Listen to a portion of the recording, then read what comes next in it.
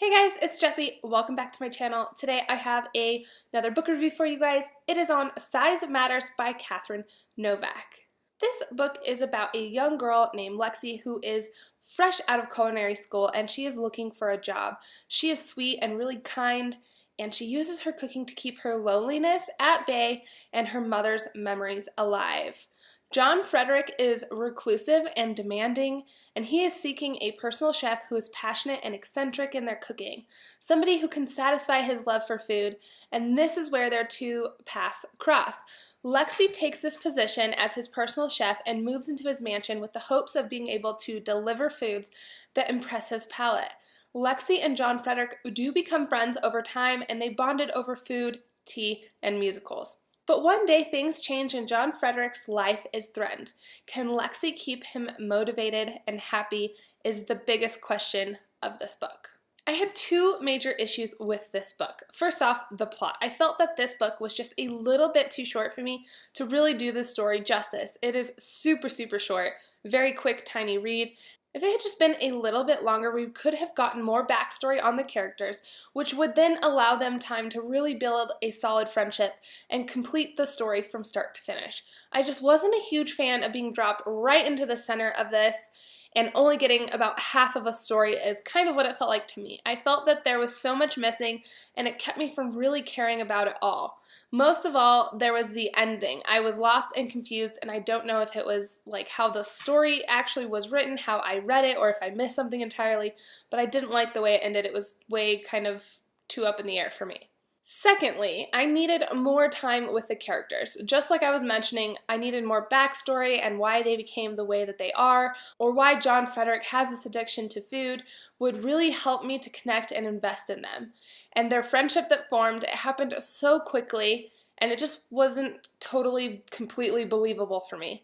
I do think that they did have a connection and they did click well, but I felt like John Frederick's feelings for her were almost a little too creepy. And why in the world is he always referred to as John Frederick? Not John, not Mr. Frederick, just John Frederick. It was really weird. I don't know why he always had to be in third person, and now I'm going to continue doing it, but John Frederick did have some growth as a character, and I slowly did begin to care just a little bit for him. I was a little more sympathetic towards him when we did get a little bit more of his background. And I did really like the part where he got to be so creative and brilliant in a way that he centered himself after the tragedy happened. He was also very creative in the fact that he surprised Lexi with this fancy The King and I themed dinner. I thought this is one of the most memorable moments of this entire book. He opened up, he was happy, and even shined. And I do think this had a lot of like Beauty and the Beast kind of vibes.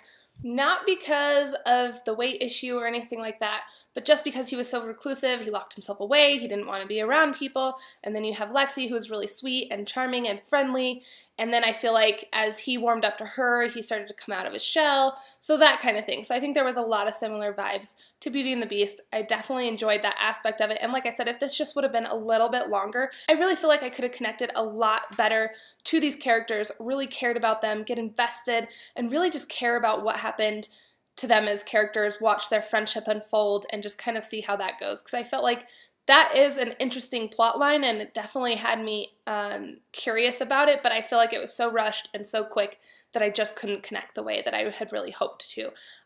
Something this short I definitely think needs to pack a punch, and it just didn't do that for me. So sadly, I ended up giving this a 2-star. I really wanted to give this more stars, but it just didn't pack the punch that I was really hoping for. It left me with some mixed feelings. However, I do look forward to more from Cathryn because I did like the writing style, and I think with a more in-depth book with more background and a more thought or well thought out, I guess, like plot line that really just draws you in, I will definitely be interested in reading it.